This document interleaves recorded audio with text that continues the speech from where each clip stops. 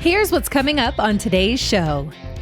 And don't let recessions or expansions, don't let that change your long-term goal of saving and eventually retiring. Welcome to the Perfect Game Retirement Podcast with former professional baseball player and now financial coach at Black Oak Asset Management, Ryan Ledden. This show will help you make the right financial decisions so you can pitch a perfect game in retirement. Here's the windup and the delivery.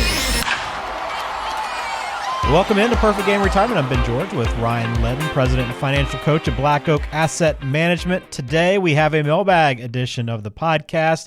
We got a lot of questions to go through, and Ryan going to be tossing a lot of different topics your way, so I hope you're ready to go. Absolutely. Let's do it. I like these. We haven't done one in a while, but I just like the variety of topics, and it could pertain to a lot of different people. Some questions may not pertain to the people listening, but at least maybe it's something they can get some knowledge out of, some nuggets of information. But yeah, we haven't done one in a while. Well, hop into that. Again, blackoakam.com is the website. Phone number to reach Ryan as well is 470-508-0508. And I know as this episode comes out, we're approaching football season. Are the Dogs going to three-peat? What do you think? I mean, their schedule lays out like they could, but you still gotta go through the SEC championship and then the college football playoff. Again, you know as well as I do, Alabama and Georgia are in the same situation. They're replacing quarterbacks. It's a quarterback league. It's a quarterback. I mean, even in the NFL, it's a quarterback league. It all derives on the quarterback. That's why they get paid so much stinking money. So, I mean, there's a couple guys in line, but they're unproven. And this is kind of the beauty of college football is you kind of have to hit reset. Now, there's a lot of surrounding really great pieces on that team still because, you know, Saban and Kirby recruit at such a high level. They just continue to reload. But, again, quarterback's such an unproven thing. Now, they still haven't named a starting quarterback, but they're saying Carson Beck is probably going to be the starter. And they're starting to throw – comparisons to, oh my gosh, my mind just went blank. Cincinnati Bengals quarterback. Burrow? I'm like, okay. That guy had one of the most prolific seasons ever in college football his senior year. So please stop those comparisons now. He single-handedly turned the Bengals franchise around. So oh my gosh, that's a very big comp. Yeah. It'll be interesting. Would you have ever guessed though, like if 4 years ago I'd have said you'd been talking about can Georgia find a way to replace Stetson Bennett? What would you have said at that point? I was. It's a great question. I never was a Stetson Bennett doubter or not. I didn't dislike him. There were times where he was frustrating. Yeah, he'd make some decisions that were boneheaded. But again, who am I to say? I've never played college football at that level and been a quarterback, but. So I've always liked that guy, but no, I would have lost a lot of money if you said, all right, they won 2 titles underneath him. Because even when I was at the national championship against Bama, I mean, late in the third quarter, I had fans around me screaming for JT Daniels. Really? Yeah, and I'm like, oh my gosh, we're in the national championship now. That's not going to happen. So just stop. But. And he figured a way out. So we'll see. Maybe he'll do the same thing in the NFL. I don't know. Yeah. All right. Well, that was just a warm-up question for you. Let's just jump into the real thing here and start off with an interesting one from Rachel. She says, our daughter and her boyfriend are thinking about buying a house together. Should we help them out with a down payment? It seems like it would be more helpful to them than just getting money from us in 20 years when we die. Rachel, okay. So honest opinion, if it's your daughter and her boyfriend, so I'm kind of old school. So no, I would not use any money toward the payment of their house because you're just asking for trouble on that because they're not married yet. It's now if they're married, completely different story. Sure, give it to them as a gift if you want to help them with the down payment, but commingling funds like that when it's daughter or boyfriend, no. So I would not do anything. Just until they get married, okay. But I would just getting that money from us in 20 years when you die. Hopefully you don't die in 20 years, Rachel. You don't know when you're going to die. None of us are guaranteed tomorrow. But use that as a gift, but wait until they get married. That's my 2 cents. You may think completely different, Rachel. I have a 12-year-old daughter, so I'm not at that stage yet. But If I were in your shoes and she came to me and asked me that question, I would say, absolutely, you're not getting a dime from me. Yeah.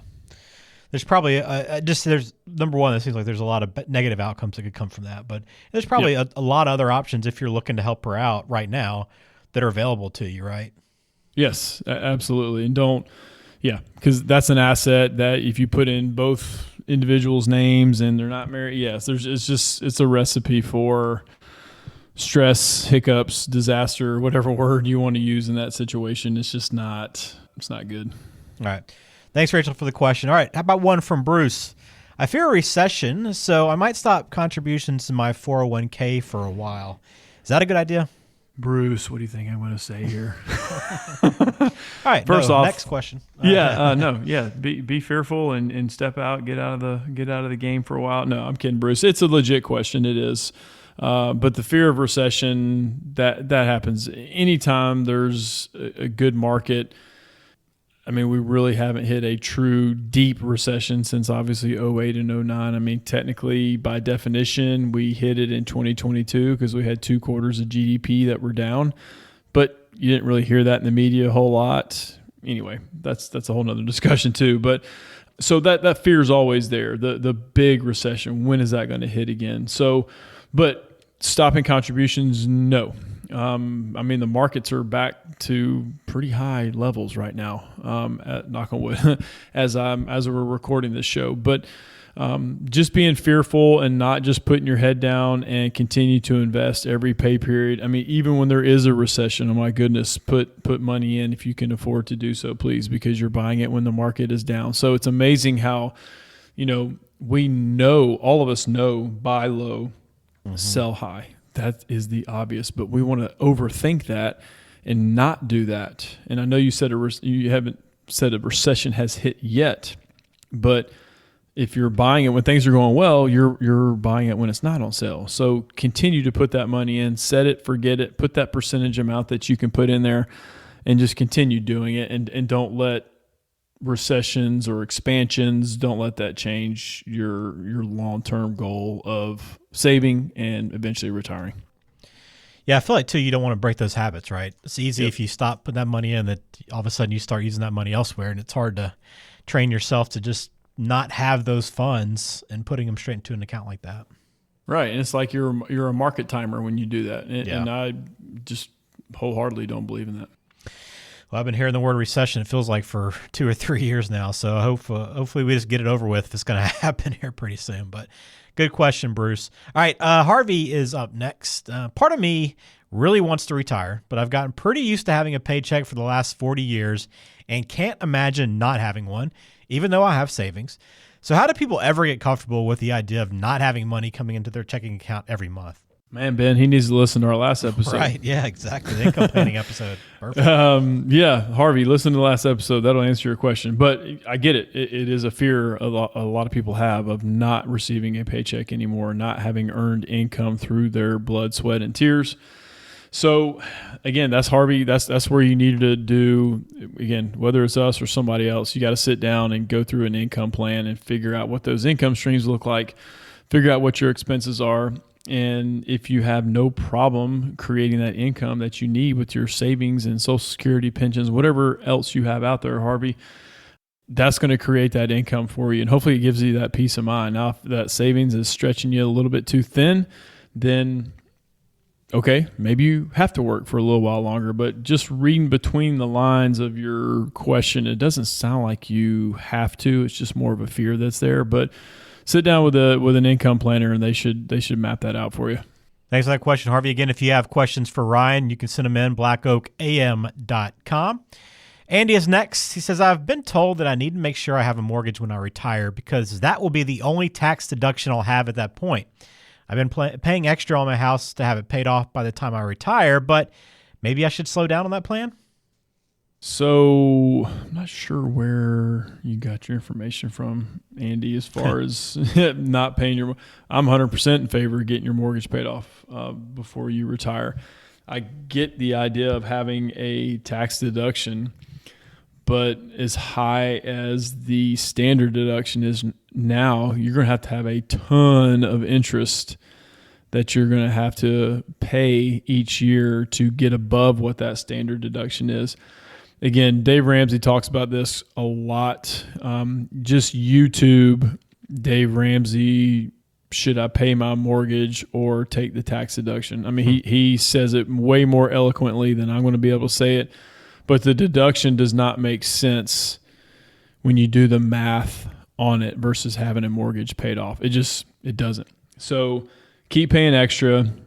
Don't listen to whoever told you that. Because again, in retirement, it's about income. And if you don't have your biggest overhead expense going out every single month, that just frees up your income even more. So if you don't have a $2,000 a month mortgage payment, there's $2,000 you don't have to take out of your investments, or $2,000 you can spend somewhere else. So yeah, Andy, keep plowing forward, pay that mortgage off, and don't worry about the tax deduction. It's just not worth it.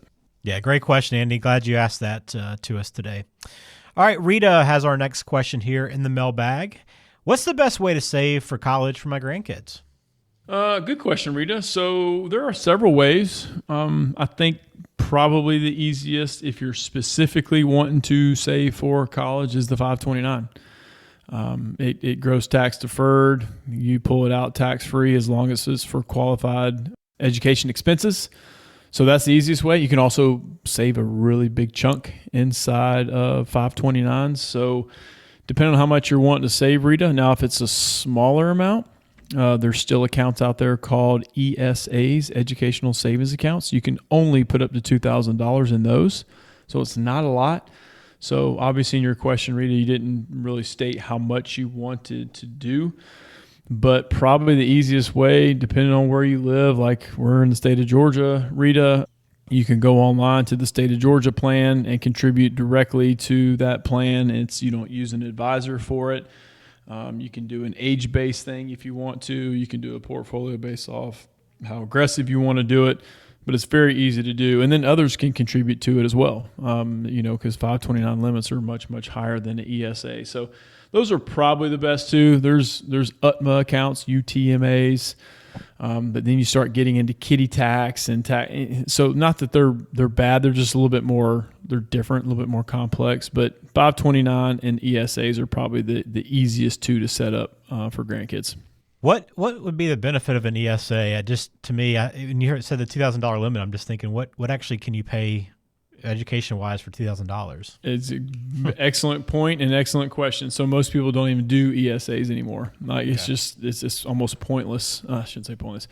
It's a way to save, but there are income restrictions on it. Like if you make too much money, you can't do it. But yeah, putting in $2,000, you're like, really? That's all I can do. Yeah. And the reason why when they started these things, and I do not know when ESAs were created. It started. That was the limit, $2,000, and they have not inflated that up despite higher education costs continuing to go up. They haven't increased those limits whatsoever. So again, don't get me started on that, but they want to complain about student loan debt. And I'm like, okay, well, there's one account you can't hardly save anything in. I get it. There's a 529 now. 529s have really opened up. You can use it for private school now, tuition up to $10,000 per year. Used to not be able to use that for 529s. There's even this clause now that you can, any unused 529 money, you can move it to a Roth IRA in the child's name. There's a whole bunch of different little boxes you got to check to be able to do that, but it's possible because that's the big knock on a 529 is, what if I don't use it? Well, you take it out. You take out what you put in, but then you got to pay taxes and a penalty on the growth on that account. So there's a little bit of a handcuff there. Anyway, so those are probably the two best, but 529 definitely is way ahead of the ESA. All right. Continuing on in the mailbag here on the podcast. Got a question from Ellis. This one's a little bit longer, so stick with me here. I'm 60 and I'd love to retire right now. I know I don't have enough money to last the rest of my life, but I should get a sizable inheritance from my mom whenever she passes. She's in her early 90s, so I don't expect her to be around that much longer. And I don't want it to make it sound like I'm just waiting for her to die, because that's not the case at all. But do you think I'm safe to go ahead and retire with the expectation of getting money from her in the next decade? Ellis, good question. I get the sentiment. Yeah, you don't want to be like, oh, I'm just waiting for this to happen.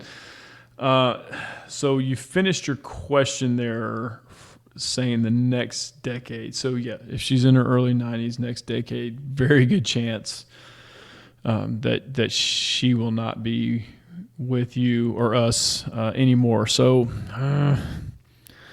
I do like to take inheritance into consideration. And I ask people that who are entering retirement, hey, any potential inheritance we're going to get that needs to be a part of this plan that maybe you want to factor in down the road.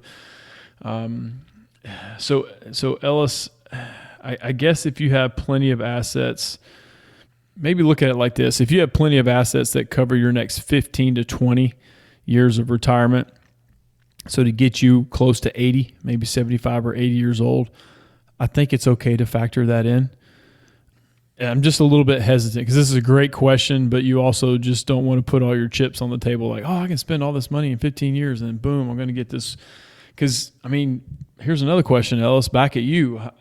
How much does it cost to take care of her? Is she in a home? Is she going to use a lot of her assets over time? Will it kind of burn through some of her assets? So, so I don't know. It depends on how much she has, but it's not wrong to factor that in. I just wouldn't factor your entire retirement based off of the next decade. I would extend it out at least another 5 or 10 years. Yeah, you just never know if that money will be around. Like you said, there's no guarantees that this is the case, so it's hard to base that around it. But Ellis, a great question, and you want to do some additional planning to kind of get a better sense of where you stand on things. So reach out to Ryan. You can schedule a Retirement Coach 360 session online right now at blackoakam.com. A few more questions. Next one from Clark here says, our home is no longer ideal for us. It's too big and too much to keep up with now that our kids are grown and gone. We'd like to move, but we'll only be working for another 4 to 5 years and retiring to another state. Would it be a bad idea to move twice in such a short period of time? Because it seems expensive to do that, and I don't really want to mess up our retirement plans. 4 or 5 years. So you could move a couple times. Yes, it's a big old pain. So it depends. Some people handle moves like it's nothing. I don't like it. Hopefully I'm not moving for a long period of time after building our house a few years ago. So if you don't mind it, it's okay. Just make sure, there's taxation involved with living in a house for a short period of time. You need to make sure you live in there for a certain period of time, depending on taxes. And anyway, that's a rabbit hole I don't want to go down from a taxation standpoint. Just make sure you don't move too quickly because you may owe some taxes on some of those gains potentially. So I'm not against it. I just figure, 4 or 5 years, that's going to happen pretty quick unless your house is just so big and so dreadful to take care of. Me personally, I would stay put. 4 or 5 years is going to go by quick. And then you only have one house to sell, one move. I would stay put if I were you. I don't know the ins and outs of your situation, Clark, but stay put and then move in 4 or 5 years and just do it one time. Yeah, the idea of moving twice in 5 years sounds miserable to me. Yes. But if you're not happy with where you are, right? It's probably worth it. But yeah, not to mention the expense, just the headache of the move is enough to stay put for me. No doubt. All right, Vicky's next. How can I tell if a financial advisor is actually qualified or not? My brother-in-law just informed us that he's now a financial advisor, but just a month ago, he was calling himself a life coach who happened to work part-time at a Starbucks. So if he's a financial advisor all of a sudden, it makes me a bit skeptical of the entire industry. Fair enough. Hey, yeah, totally fair. You do have to pass some tests, so at least you have to have some sort of competency. There's a few exams you have to take to get your license to get certified to be able to do certain investments. So I get it. I don't want to be too harsh on your brother. It's kind of funny. Brother-in-laws are like the stereotypical people to make fun. Oh, my brother-in-law told me this, or my brother-in-law gave me advice to do this. So I don't want to poo-poo on his previous jobs and then saying he can't be a good advisor. I came from a different career. I came from education. I did teach economics. I had a financial background. So I did have maybe a little bit more pre-qualifications, but still industry, there's a lot of career changers in this industry. And if they have a passion for people, teaching, because I still teach. It's just a different audience. And learning the technical side of this business, it's a relationship business. So a lot of times a new advisor, you probably need to work underneath someone as a mentor or a mentee and work for a mentor and learn the industry, learn how to talk to people, learn the technical behind the scenes stuff that you have to do on your computer and buying and selling and trades and all that. Obviously there's technology and software that help with all that. So Vicky, don't be too hard on the industry. I get it. You're a little suspect. Here's my advice, Vicky. I wouldn't do any business with them until they've been in the business for 3 years. There's a lot of people that try this industry, and I can't remember, I don't want to quote stats, but there's some crazy percentage of people that are no longer in the industry after 3 years. It's tough. It's tough to stay around. It's tough to get paid, because when you're a new advisor and you're trying to convince people to put their money with you and they're like, okay, you were teaching last year. What makes you qualified? I get it. I understand it.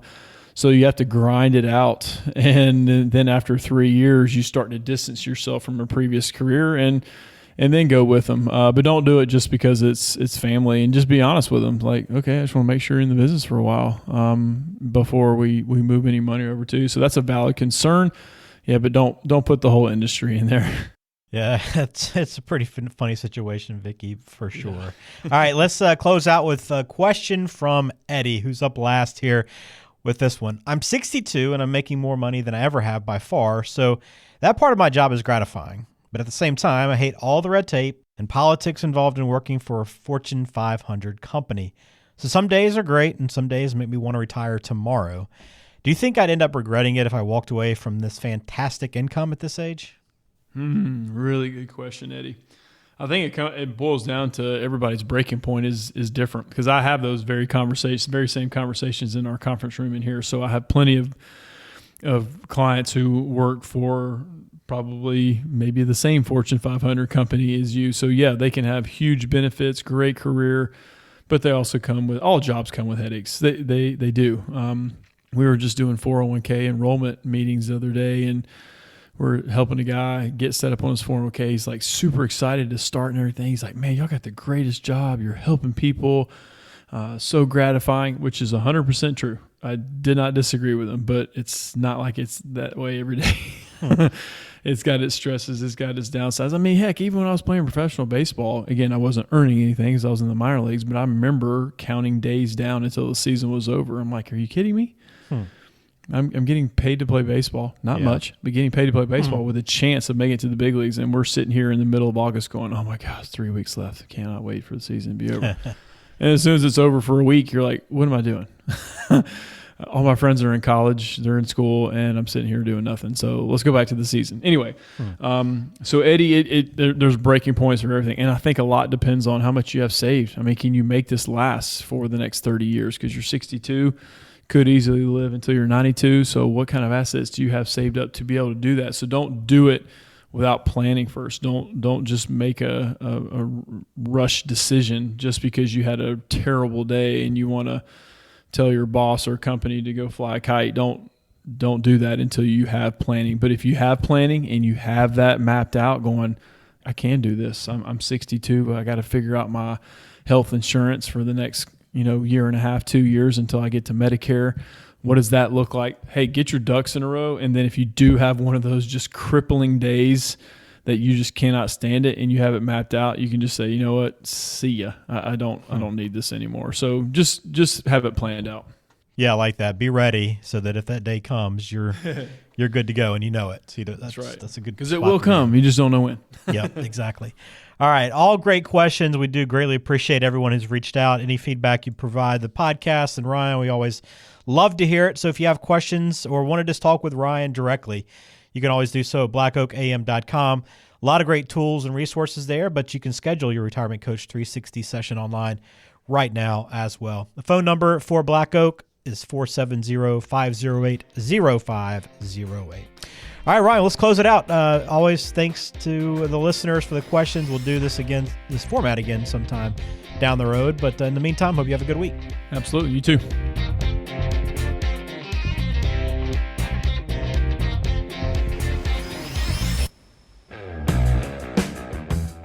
The Perfect Game Retirement Podcast is brought to you by Black Oak Asset Management, serving the greater Atlanta area with offices in Alpharetta and Macon. The show is available on Spotify, Apple Podcasts, Google Podcasts, and wherever you listen to podcasts. Subscribe to the show on your favorite app today and never miss an episode.